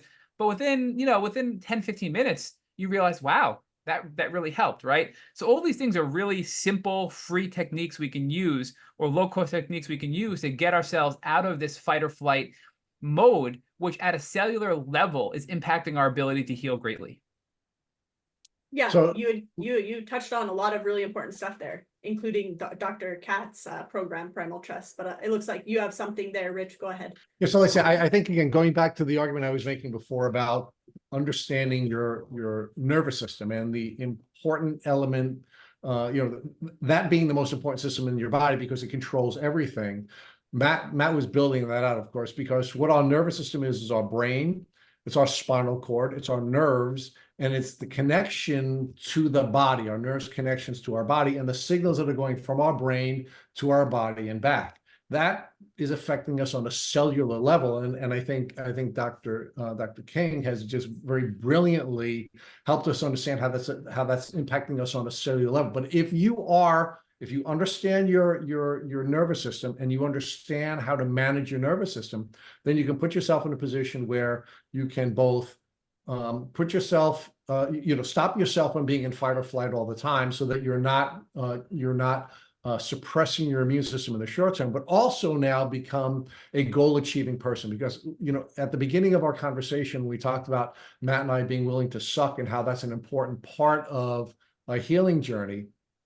What is so triggering for so many people when they're looking for models to heal is they'll listen to our podcast and they'll listen to someone like you, Lacey, who has gotten very far in their healing journey, and they can say, I want to be like Lacey. That's the model I want to achieve. I want to start my own. I'm going to go on a podcast. I want to start my own podcast. I want to get to a point where I'm able to do that. But they're so sick that the gap between where they are and where you are is now triggering to them, right?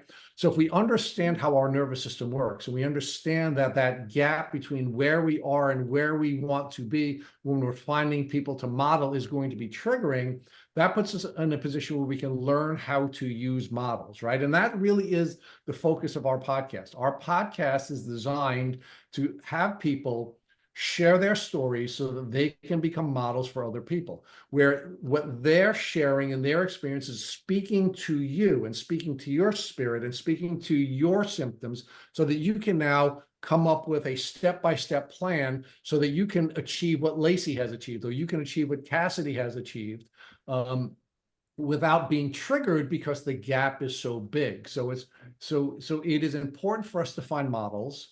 It's important for us to find people whose spirit allows us to now find someone that we can model, and then find out what the steps they've taken, and then stop focusing on the outcome, but focus on the steps that you're going to take so that you're not triggered, and get you to the point where you can be now the model for the next person who's been newly diagnosed, who has had similar experiences and similar symptoms to you. Yeah, that makes sense, actually. And so just even knowing sort of, and for me, it was hard. Like, I didn't know quite how sick I was I was a bit in denial, if I'm being honest. So sort of yeah, going off that, how it is important to make sure that if you are following some accounts or listening to podcasts, that it is people that are, you know, healing. It's not that you shouldn't follow the other accounts because they're just as important and valuable, but to be getting those strategies of what got other people there. And yeah, it kind of what Richard is saying. It's hard. Sometimes it's hard to know how sick we are. Like for me, I was numb and my brain wasn't functioning well at all. So I couldn't really tell. I did a return to work, failed miserably, and then stopped again. So I was like, so I didn't know. I was like, I'm ready to go to work, right? And then nope, turned out to be a no. But yeah, go ahead. Let me challenge you on one of the things you said a little bit earlier, since I've not triggered you yet. Not yet. No. Go for it. Uh-oh. One of the things you said a little bit earlier was that you are a certain percentage back to who you were, right? And I think one of the things that we have to be careful about in this community, because it is very triggering, is to look back at the person who we had been and want to be that person again.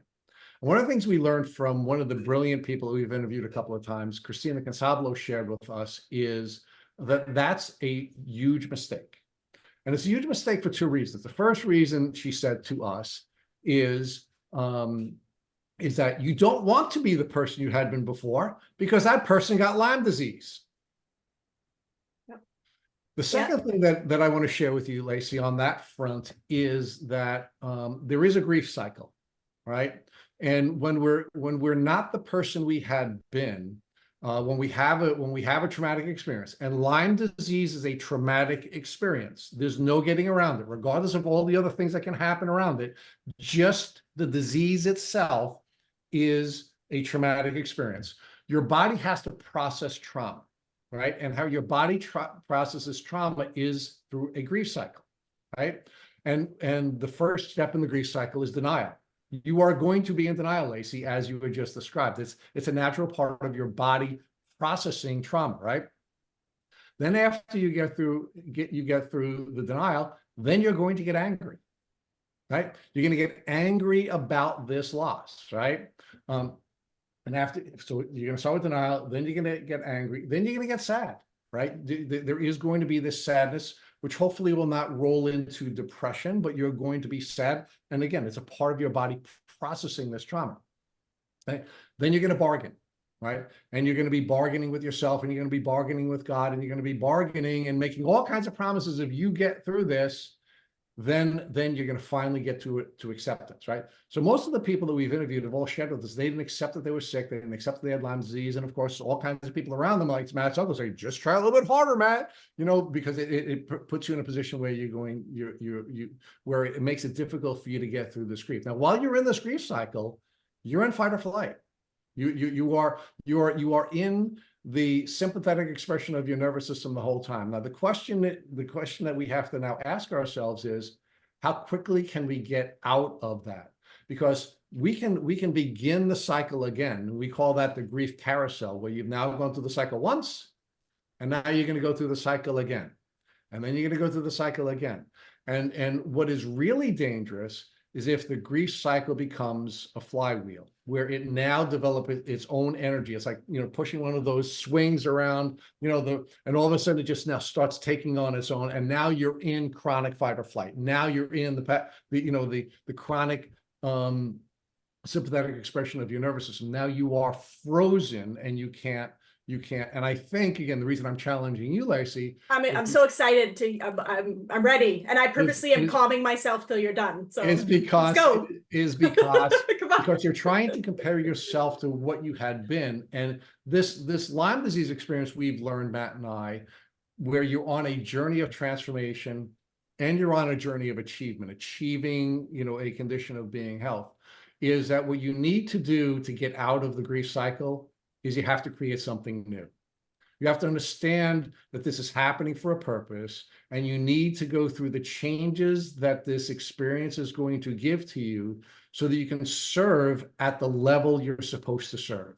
And one of the things that I found to be the most powerful about interviewing the 450 people that we've interviewed is all but one person has said, I wouldn't give it back. I would go through it again, because I become the person I was supposed to become. I become I've changed physiologically, I've changed neurologically, I've changed physically, and I'm sorry everyone for my dog barking in the background. That's okay. But I've gone through all the changes that I had to change so that I can become the person I've become, so that I can serve the way I was created to serve. And they strip off all of these things that our educational system and our society and our social system has packed on them. And then they become a pure version of themselves. And they now begin to serve at a really, really powerful level. So what I want to challenge you on, Lacey, is this feeling of comparing yourself to who you had been. Yes. You're Okay. supposed So to be a better version of you, and you are a better version of you. So you're not just 75% to where you had been. You're 175 million% better than you had been before. Past in other ways. And I should clarify actually. So let's start there. So I guess, because yeah, it's vague when I say about 70, 75, 78% healed. People can fill in their own conclusions of what that means, right? If I don't specify. So for me, that's referring to sort of the physical and emotional and neurological symptoms more so. In terms of wanting to be back to that person didn't manage her stress well. That person didn't set up strong enough boundaries. That person stayed in nervous system terrorizing environments because that's what I was used to. So I definitely, there's a lot of things I can't go back to. And to be honest, I do feel like the same, but a completely different person in many senses. And so yeah, good to clarify that to people, because I'm not striving to be the same as I was. I don't really even remember like her, like I have a disconnect still. Like I'll say her, it's because when I got sick, it was like a complete hard boot, like wipe out my memories and everything. So I couldn't even remember my most cherished, like I played college volleyball. Couldn't remember what it actually felt like to be on a team, or that I even did that. And that's starting to trickle back in now as I'm thawing. So I definitely don't want to go back to her because she wasn't on the right path. Like I love her, she's awesome, her. But I don't want to go back to that. I can't, because even as I'm healing, this teasing out that we'll say 75% just of like symptoms, not going back to who I was.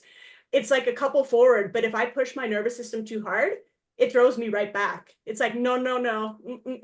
I felt the need to shake my finger in the screen really intensely for you guys. No. And then it shoots me 10 feet, like regressing. So I'm like, okay, I get it. You want me to take care of myself, this entity, much better. And you're not going to let me get around it in any shape or form. I don't know who they is, because I just am, who, whatever. So 100%, I can't go back to that. I was doing the things, like really great things. Like I was working in health, I was helping people, mental health, all the areas that I was in. But it was not quite what I dreamt of. I'm getting to what I dreamt of now. So to be honest, I'm another one. I wouldn't throw that up.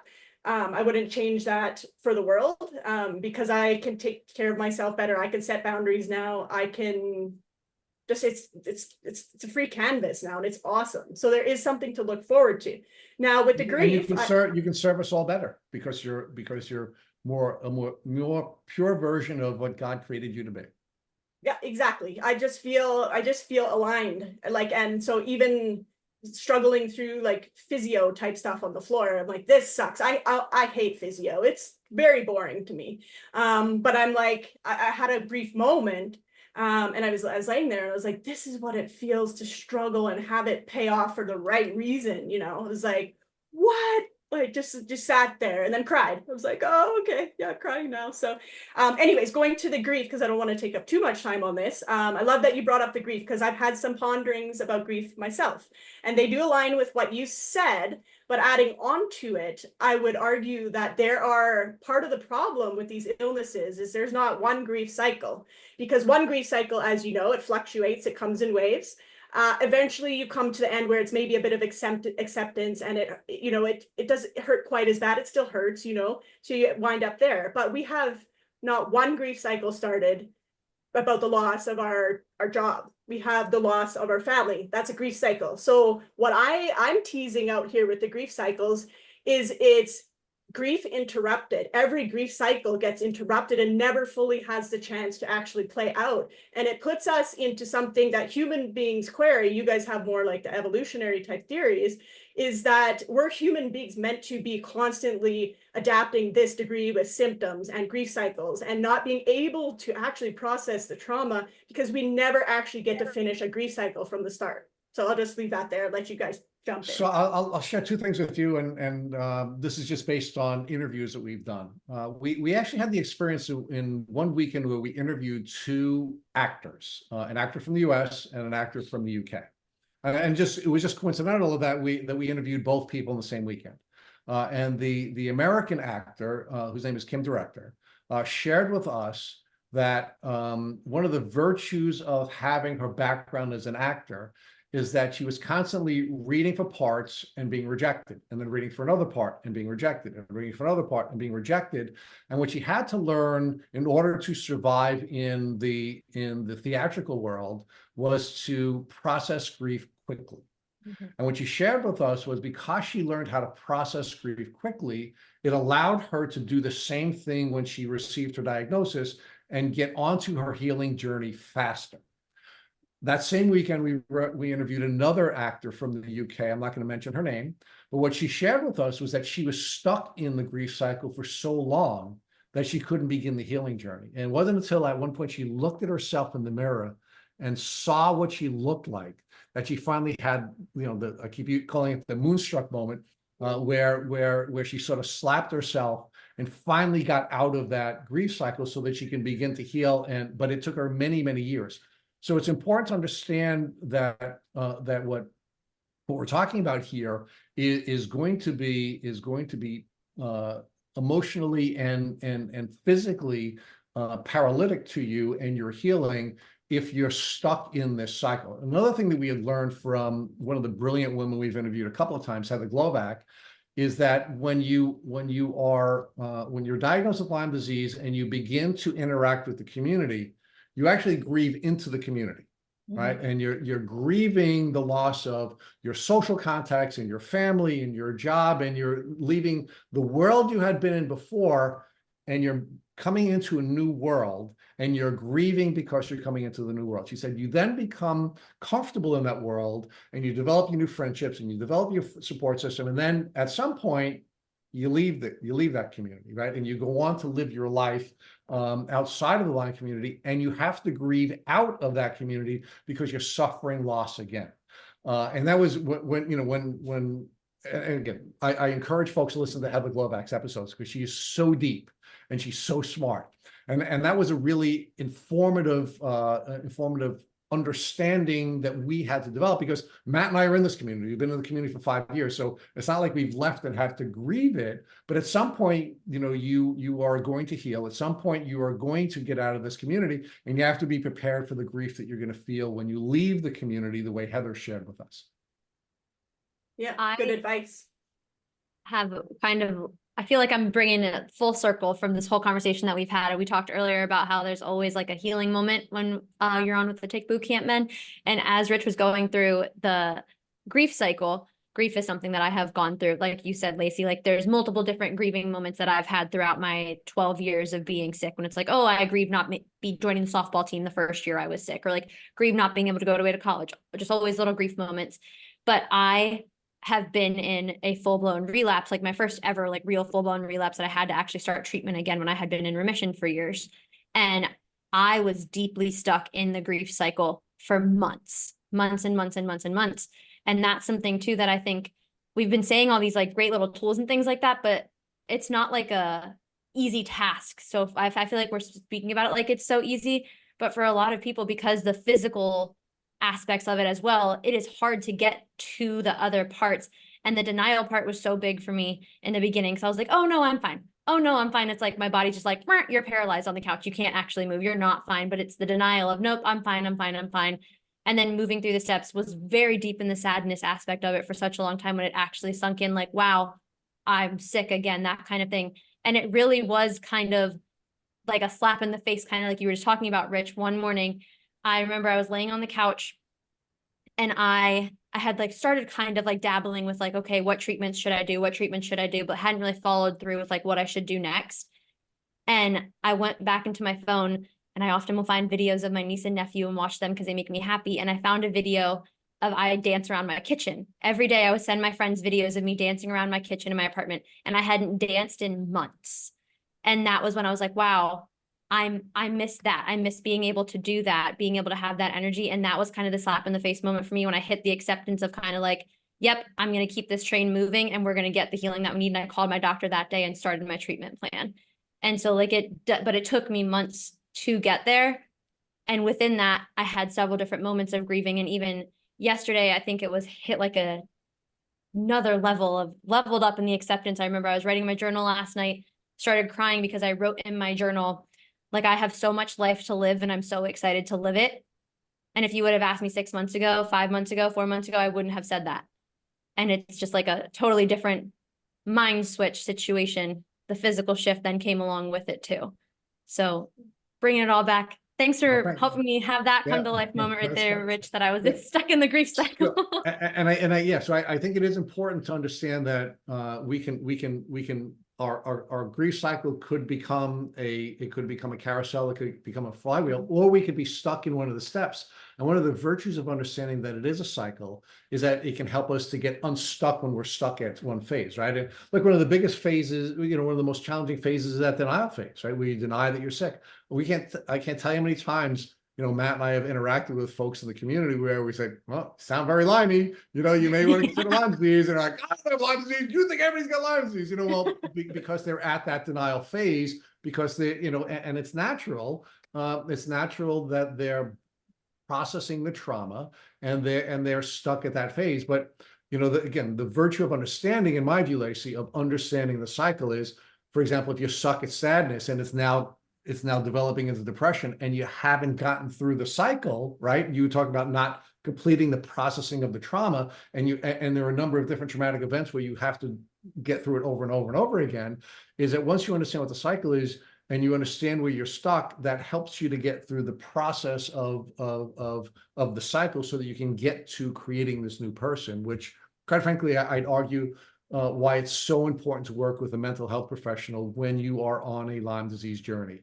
You need an outside person who is professionally trained, in our view, who can help you to understand where you are. Are you in a flywheel where you're just getting through it over and over and over again? Are you stuck at a particular place? And what are the tools and techniques that you can use to get through that grief and process that grief so you can begin the creation of the new person and the healing journey that you need to go on? That's such a nice way to word it, actually. Like, it's just to get to the next stage of your healing, to process it, move forward and become who you're meant to be, is such a nice, positive way of viewing it. And it's, in my case, it's very true. So yeah. Anything that you want to add down there, Matt? I don't know if one of the things I've been thinking this whole time is, I think it's important for us in the community if we're able to recognize if we're in a certain stage of the grief cycle, right? Because if you are in the anger stage and you're looking at people who are angry Lyme patients, you're only going to get deeper into that stage, and it's going to be harder for you to get out of it. And I've seen that in my own journey, where if I'm in the denial stage, or if I'm in the bargaining stage, or the depression stage, whatever it is, if I'm following people or being influenced by people that are at the same stage, it's making it harder for me to progress. And I think it's also possible to go backwards, right? Because I've seen people who are just very angry on TikTok, especially on TikTok, and you see it and it's almost like it pulls you back, right? Like you've made some progress and you get sucked back down a little bit to the anger stage. So I think we need to be mindful of where we're at in our healing journey specific to the grief cycle, and try to avoid content from people, I should say, that are in that same stage, or maybe even a stage that we've progressed beyond, because it can hinder us, not help us, if we're consuming the wrong type of content on social media specifically. Yeah, that makes sense. Definitely makes sense. I will add one last little piece to that, in that for the super numb. So I was numb from like the trauma, all of that, the grief, but also the neurological aspects. Like, I couldn't actually feel a lot of tissues and organs in my body. For the numb ones of us, if you work with a therapist, you might be a little bit slower, because I couldn't even really feel anger. Like, I was so numb. Like, I can't explain the degree of numb.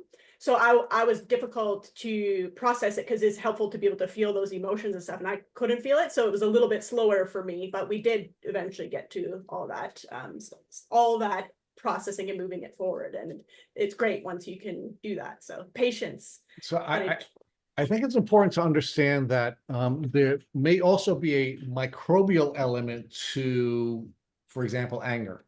And we have to sort of put that out there for folks to consider, because we can often have a presentation that has different causes, right? So, for example, one of the things that Matt and I have spent a lot of time, studying because of folks that we've interviewed in the past is Bartonella, for example, is a microbe that in many cases is going to cause you to have rage, right?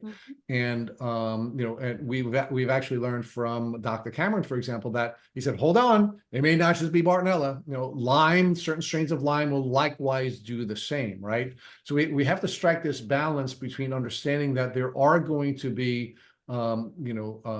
psychological presentations that we might be able to may be able to resolve with some herbal protocols and some therapeutic intervention, but there are some that we're going to need some other types of either herbal protocols or maybe antibiotics to help us to to beat down the microbes so that we're not being triggered into these elements of fight or flight, which are now, of course, going to be immunosuppressive as well, right? And if you were to design, and I don't want to go down the biological weapon rabbit hole, because that could be a whole new conversation. I know we're going to start winding down, but I did just want to put out there for folks to consider that if they're feeling rage, it could be triggered by the microbes. And not necessarily, your neurological pathways. Yeah, and Rich, not just Lyme and Bartonella. I mean, Dr. Omar Morales talked to us a lot about this from Lyme, Mexico, about just neuroinflammation, right? And what is the different types of neurological Lyme disease. And he gets deep into that. So if people want to learn more about neuroinflammation, pathogens causing psychiatric symptoms, that's a really good podcast to listen to. And we have plenty of others if people wanted to search on our website for this. We also had, Rich, who was the mental health professional from New York City? Help me out here. He was a really good top interview on this. Dr. Leo Shea, brilliant. Dr. Leo Shea was another great resource for mental health and anger, anxiety, depression, all kinds of emotions due to physiological root causes to mental health illnesses like Lyme and Bartonella, and even viruses and parasites, things like that. There's a whole other world to the psychological component as well. So I guess because we are winding down, so we probably won't go too much in depth, but I'm just curious, so I'll just drop mine really quick here. So I mentioned there I returned to work. I was not aware how sick I was. It didn't go well. I opted out and stopped again. So I hit a low. I hit a low mentally, and I felt like if I had to live in that state longer, I didn't have, at the time, the finances readily available, which I eventually figured out. And I felt like I could no longer continue to live in the state I was in. It's not that I didn't want to. So I just am wondering if we can maybe just take a little quick here time to let people know of some of the mental health symptoms Lyme and co-infection worsened or created for you along your journeys. Yeah. So I can tell you, I never experienced a panic attack until I got sick with Lyme disease. And when it first happened, I mean, it felt like I was going to die, right? I mean, the fear, I don't even know how to describe it. If somebody's never suffered from an anxiety attack, I don't think words can describe what it feels like, because I was, in my 20s having this mental health crisis that I've never before experienced from Lyme disease.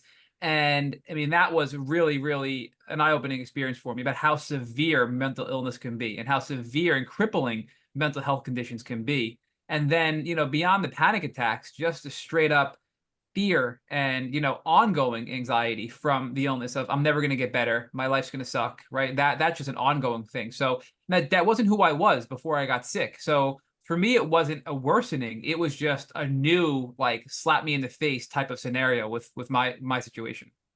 Yeah, I second that. I have my anxiety used to be horrendous. Now it is much more manageable.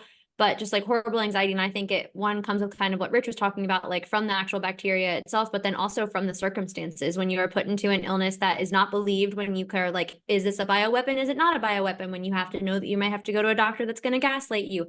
How am I going to pay for my medications? All these things add on to it. So it is like the external kind of circumstances as well that can cause that. And then the depression aspect, I think I have been fully depressed twice in my life. And one was the first year after I had finally got diagnosed. And then I would say the last, like probably from September until what month? Probably like May or June, and similar thought process. And then throughout it all, I've had those low moments as well. Like you were talking about, Lacey, there's one that I always talk about, which was years ago when I was first going through my big bout of paralysis. I got periodically paralyzed for about 9 months straight, and just like every day, all day paralyzed. And that you can't do anything. So like you're just trapped in your own body. Mentally, I was fine. Physically, I couldn't even lift my head off my pillow if my neck got stuck in a certain situation. And then I started having seizures in April this year. And similar aspect of just like, I physically, like the losing the independence aspect of it all when you are a 26-year-old, and like my mom had to take me to the bathroom and literally hold me on the toilet because I was having a seizure while trying to go to the bathroom. And so like that strips you down too, mentally and physically as well. So those kinds of aspects, and have worked with medical professionals, have worked with therapists for years. And I finally started doing, I think I told you, Matt and Rich, that I'd started doing EMDR therapy last year. And that was super helpful to go backwards, kind of like how you were talking about earlier, Lacey, about how you talk about your old self as like a her. I kind of look at it that way. And that helped me too, of like a young Cassidy, and looking at her and being like, no, like it's actually going to be okay. Like, look at the things that you can do, because the second that I hit those triggers that we were talking about earlier, I revert back into that little girl that was scared and didn't know what was coming. But it's like, no, actually, you are 26, you have your own apartment, you have a big girl job, you have your own friends, you are actually able to do all of these things, and you made it kind of to the other side. And yes, the road is bumpy, but those low points do come at you. You're doing it though. So Rich, anything that you want to add in terms of what you've observed, or even anything, personal experience? Yeah, no, so I'll come back and reemphasize my argument that it's important to, I think the most important system you need to understand is the neurological system. I think becoming aware of your own psychology and understanding the psychocybernetic loop of our beliefs, our thoughts, our feelings, our actions, and ultimately our results. And learning how our neural pathways are uploaded into our brain during the first 25 years of our lives. The first 7 years, we're not even aware of those pathways and the neural connections that are being made. During the window of time between 7 and 14, where we're aware of them, but we still can't tease out. I mean, they're just being uploaded, and it's just based on the experiences of the people around us, largely our parents, or at least our brain's interpretation of those experiences. And then, of course, having an awareness after we turn 14, but between 14 and 25, and how our brain may or may not be interpreting our experiences correctly, and the importance of recognizing that those neural pathways may need to be reorganized. And as Cassidy had said, and again, I know we're getting to the end here, as Cassidy had said, using a neural retraining program in part to retrain your brain after it has been reorganized by the Lyme experience and the trauma from the Lyme experience, but perhaps even reorganizing those neural pathways which were not serving you before you got sick, so that you can go forward with having a more healthy experience. And we can maybe have another podcast interview about that process, and perhaps why I'll leave this as a little teaser, why perhaps there are more women who are suffering from Lyme disease than men, and why that may be because of the way our society is uploading neural pathways into women in the way that it is not men, and why it may make them more vulnerable to this disease. Yeah, I just want to jump in and drop, because I know we're pretty much out of time, but some resources for people that want to learn more about what Rich just said, because we've had a lot of the founders of various brain retraining and neuroplasticity programs on our podcast. So if you just search that on our website, you'll find a ton of them. Also with Dr. Brian Plant from the Aiming Clinic. We touched on him earlier, but he really talks about how our brains develop at a young age. And then when things change, I mean, he blew us away with, the science and the facts and the hard evidence of what happens in the brain and what we can do to overcome that after chronic illness. So that's another great resource and podcast to listen to if you really want specific in the weeds details about these things. And I think Rich is right. We're going to have to do some more follow-ups here to get into the weeds in this discussion. Sounds like it, or the weeds will grow out of control. Can you guys drop just like a couple word hints of what's next for you guys in terms of Lyme community, etc.? Or you can save it for another time, but just a little teaser. We're happy. Tease. So we've been, one of the things that I've learned is that the Lyme community is a wonderful community of helpful people, right? And I learned that from the very beginning, which is why I got called out or called into this community. But the other thing that I find about you folks who have gone on a Lyme disease journey is you will also challenge us, right? And it's a group of people who are very helpful, but also will call you out if you're not doing everything you need to do. And one of the things that's happened to us over the last couple of years is we've been called out by many people in the Lyme community who have said, you've interviewed 300 people, 350 people, 400 people, 450 people, and you must be observing patterns. Why aren't you sharing those patterns with us? And Matt, what are we going to do? So this is something that we've been slapped around for by from many of our guests for the last couple of years, including people in Germany and Europe and Canada, Mexico, the US, everywhere. So we've just started, and the last couple of weeks we have been getting together, and Rich put together a studio, and we have been filming on site in a studio, developing a YouTube channel to go over all the things we've learned. So we're compiling all the lessons we've learned from all of our guests, the hundreds of guests we've had on the podcast, 1,000 of people we've spoken to in the community over the last 5 years. And we're putting together this YouTube channel to share exactly what we've learned, the trends, the patterns, the steps that we've taken in our lives to heal and feel better. And we want to share that with the community to make it more digestible. Instead of saying, hey, go listen to 500 podcast episodes to learn, we're gonna really compress it and give it to you in this new YouTube channel we're creating. And it's been a blast. And you don't really realize how much we've learned until we start preparing for these podcasts. And man, I leave every time I go, Rich, that was just so much fun. It was just so much fun. And it's fun because you realize there's really a lot of value in what we've learned. And once you actually, think about it, and, we do our prep sessions, we do our planning sessions, and then we record the official, YouTube video. And man, there's a lot of good information from all of you, Cassidy, Lacey, all of you, we have information from the two of you, from your journeys, and everybody we've talked to. And, we're really excited to get it out there because it's going to help a lot of people, very much like our Tick Bite Blueprint did, in a much larger fashion, we believe. So we're super amped about it. That is so exciting. I can't wait for that and to share it with others. So congrats on that. And I didn't get a chance to fully finish my horn tooting. That we just appreciate, Cassidy and I chatted in advance, what you guys have done and continue to do for the Lyme community. The effects of the trickle down are so much more widespread than you might even know. And I had to have you guys here. It had to be in my head. There's no other way. You guys had to be here for the home opener. I like to make sports references sometimes. So that's you guys.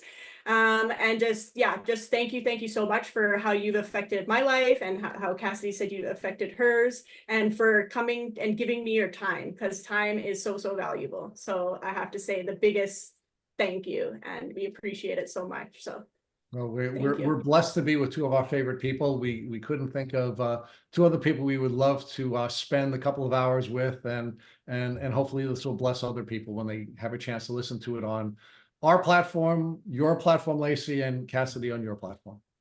Nice. Awesome. Well, thank you so much. And thanks for everybody for listening. And so that's a wrap for season 1. Oh God, not season 1. Episode 1. Episode 1. That's a wrap for season 1, episode 1. Episode 1.